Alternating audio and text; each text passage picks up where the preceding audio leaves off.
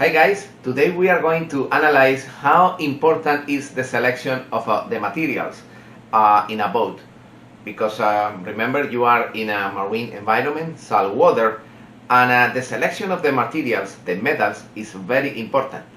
My recommendation in other videos in my book of corrosion and also in my course of marine corrosion is use the marine metals and alloys approved. You remember that slide, that poster? Exactly. In that poster, I explain how to use ferrous and non-ferrous alloy. And also in this poster, I explain how to select the proper sacrificial anodes according with the material of the hull and the type of water.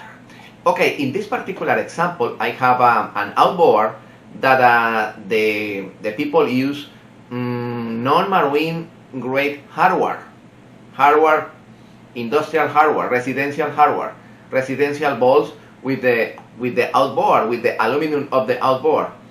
The consequences are catastrophic. The paint was delaminated, filiform corrosion, and also pitting corrosion. The metal is perforated, and also galvanic corrosion accelerated. Different forms of corrosion in this short video clip. Enjoy. This is another great example of dissimilar metals together.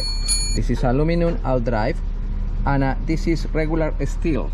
If you see, those balls in regular steels are corroded and affect the aluminum. As you can see, the aluminum is corroded around the balls because those balls, the hardware, is not marine grade. It's regular steel and corroded the aluminum. As you can see, the filiform corrosion around the paint star, and all of those parts are fully corroded because those balls are non-marine grade and accelerate the corrosion of the lower unit. That lower unit in this moment is fully corroded, basically because those balls are non-marine grade. Two dissimilar metals together, surrounded by salt water. This is another great example of a combination of materials no marine grade. In this particular case, the trailer is in aluminum. It's a great trailer in aluminum. However, the hitch is in galvanized steel. And you see the situation. The galvanized steel is fully corroded. However, the aluminum is in great condition. But this piece, regular steel galvanized, is fully corroded. The hardware is regular bolts, regular steel, completely corroded. However, the trailer is in aluminum in great condition. This is a perfect example of dissimilar metals together. This is the typical oxidation in fiberglass, basically because the hardware is not good. This is stainless steel, but it's not marine grade stainless steel. If you see, that stainless steel is corroded, a lot of pitting corrosion and fully corroded, and the hardware is not marine grade.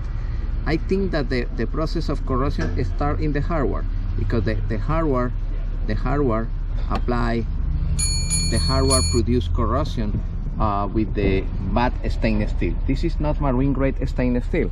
If you see, that stainless steel have corroded all the parts of the fiberglass. Yeah, the problem starts because this is not proper marine grade stainless steel, and the fiberglass is fully corroded. This is a great example of a bad selection, bad material, and at the end of the day, the fiberglass is corroded.